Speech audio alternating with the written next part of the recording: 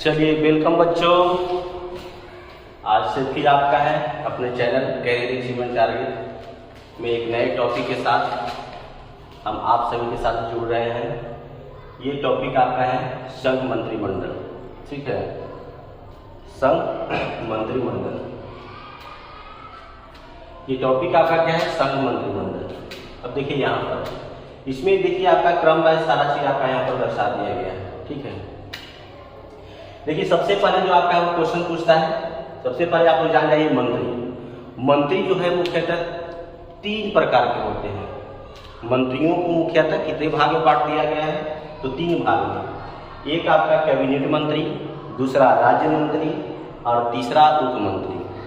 ध्यान दीजिएगा, पहला कैबिनेट मंत्री, दूसरा राज्य मंत्री और तीसरा उप मंत्री। मंत्रियों को 3 भाग में बांट दिया गया है, कैबिनेट मंत्री, राज्य मंत्री, उप मंत्री। यहाँ पर नोट में आपका बताया गया है, नोट में आपका ये बताया गया है कि कैबिनेट मंत्री अपने विभाग का अध्यक्ष होता है। अपने विभाग का अध्यक्ष जो होता है कैबिनेट मंत्री, जबकि उनकी सहायता के लिए राज्य एवं उप मंत्री की नियुक्ति की जाती है।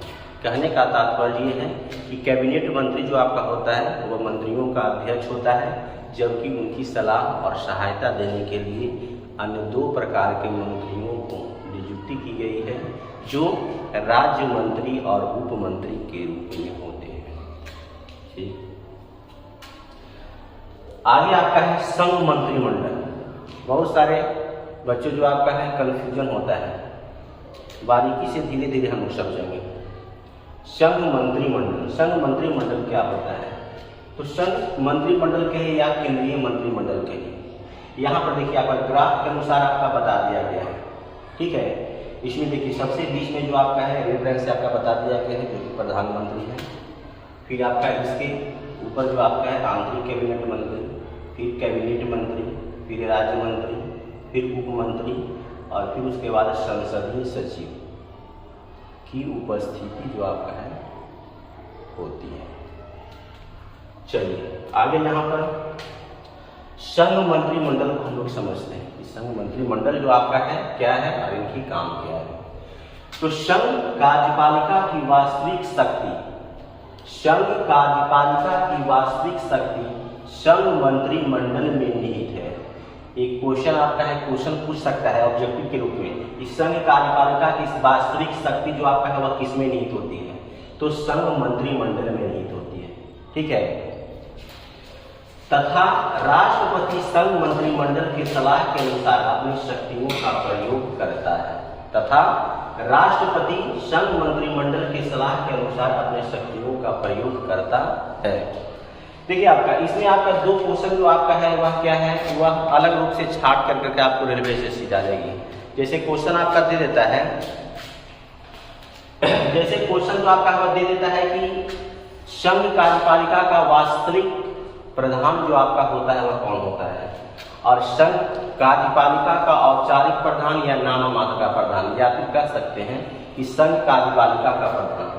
अगर संघ कार्यपालिका का प्रधान अगर क्वेश्चन पूछ दे तब आप लोग आंसर जो आपका है वह राष्ट्रपति लगाइएगा। संघ कार्यपालिका का प्रधान जब क्वेश्चन पूछे तो आंसर लगाइएगा राष्ट्रपति। जबकि संघ कार्यपालिका का वास्तविक प्रधान अगर पूछ दे, संघ कार्यपालिका का वास्तविक अगर लगा दे तो वास्तविक प्रधान जो आपका होता है वह प्रधानमंत्री होता है। फिर से इसको चेक करेंगे। संघ कार्यपालिका का प्रधान राष्ट्रपति, जबकि वास्तविक कार्यपालिका का प्रधान जो आपका होता है वह आपका है वह प्रधानमंत्री होता है। ठीक है, आगे आपका यहाँ पर हम लोग समझेंगे संघ मंत्रिमंडल का गठन। यहाँ पर देखिए कभी कभी एग्जाम में क्वेश्चन पूछ देगा कि संघ मंत्रिमंडल का गठन जो आपका है वह किसकी सलाह पर और किसके द्वारा की जाती है। तो ध्यान दीजिएगा, संघ मंत्रिमंडल का गठन प्रधानमंत्री की सलाह पर राष्ट्रपति द्वारा की जाती है। संघ मंत्रिमंडल का गठन प्रधानमंत्री की सलाह पर राष्ट्रपति द्वारा की जाती है। क्लियर? अब देखिए आपका बहुत सारे बच्चों को ये सब कन्फ्यूजन होता है कि आखिर मंत्रिमंडल क्या होता है और मंत्री परिषद क्या होता है। मतलब ये चीज़ है कि संघ मंत्रिमंडल के अंतर्गत मंत्रिमंडल और मंत्री परिषद का गठन किया जाता है। ठीक है, तो इसमें अंतर जो आपका है वह ये चीज़ होता है। जैसे मंत्रिमंडल के बारे में हम लोग यहाँ पर समझ रहे हैं। मंत्रिमंडल में पहला पॉइंट आपका दिया गया है, इसमें कैबिनेट स्तर के जो मंत्री होते हैं वही इसमें शामिल होते हैं। यहाँ पर लिख दिया गया है कैबिनेट मंत्री शामिल होते हैं, यानी मंत्रिमंडल की बैठक में कैबिनेट स्तर के मंत्री जो आपका है वह भाग लेते हैं। जबकि मंत्री परिषद में कैबिनेट मंत्री, राज्य मंत्री और उप मंत्री तीनों शामिल होते हैं। दूसरा पॉइंट, मंत्रिमंडल की बैठक जो आपका है सप्ताह में एक बार होती है। मंत्रिमंडल की बैठक जो आपका है सप्ताह में एक बार होती है। फिर आपका मंत्रिमंडल द्वारा लिए गए राजनैतिक निर्णय सभी मंत्रियों पर लागू होते हैं।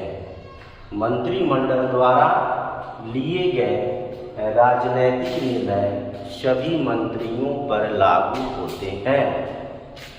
ठीक है, अब मंत्री परिषद को बढ़िया से देखेंगे। यहाँ पर ये पॉइंट तो आपको पहले बता दिया गया।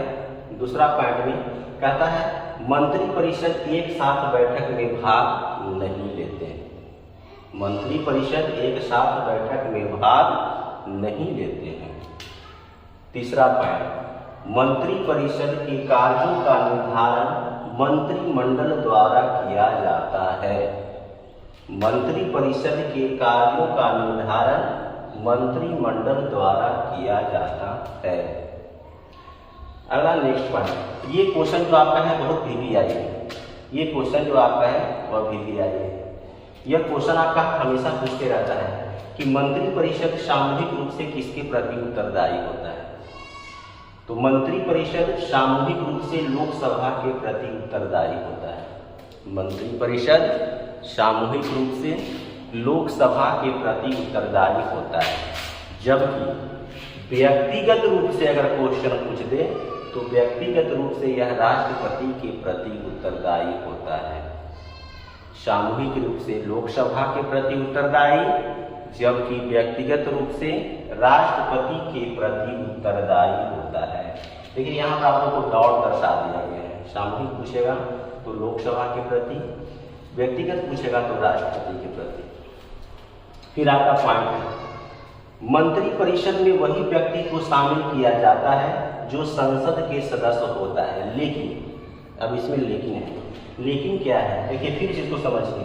मंत्री परिषद में वही व्यक्ति को शामिल किया जाता है जो संसद के सदस्य होता है, लेकिन संसद के सदस्य नहीं रहने वाला भी व्यक्ति जो आपका है वह मंत्री परिषद की बैठक में शामिल होता है, लेकिन उसे 6 माह के अंदर यानी 6 माह की अवधि का निर्धारण कर करके उसे संसद के किसी भी सदन में सदस्य जो आपका है सदस्यता को ग्रहण करना अनिवार्य होता है।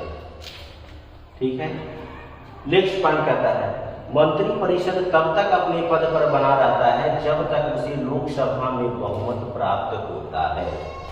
फिर से इसको नीचे करेंगे, मंत्री परिषद तब तक अपने पद पर बना रहता है जब तक उसे लोकसभा में बहुमत प्राप्त होता है।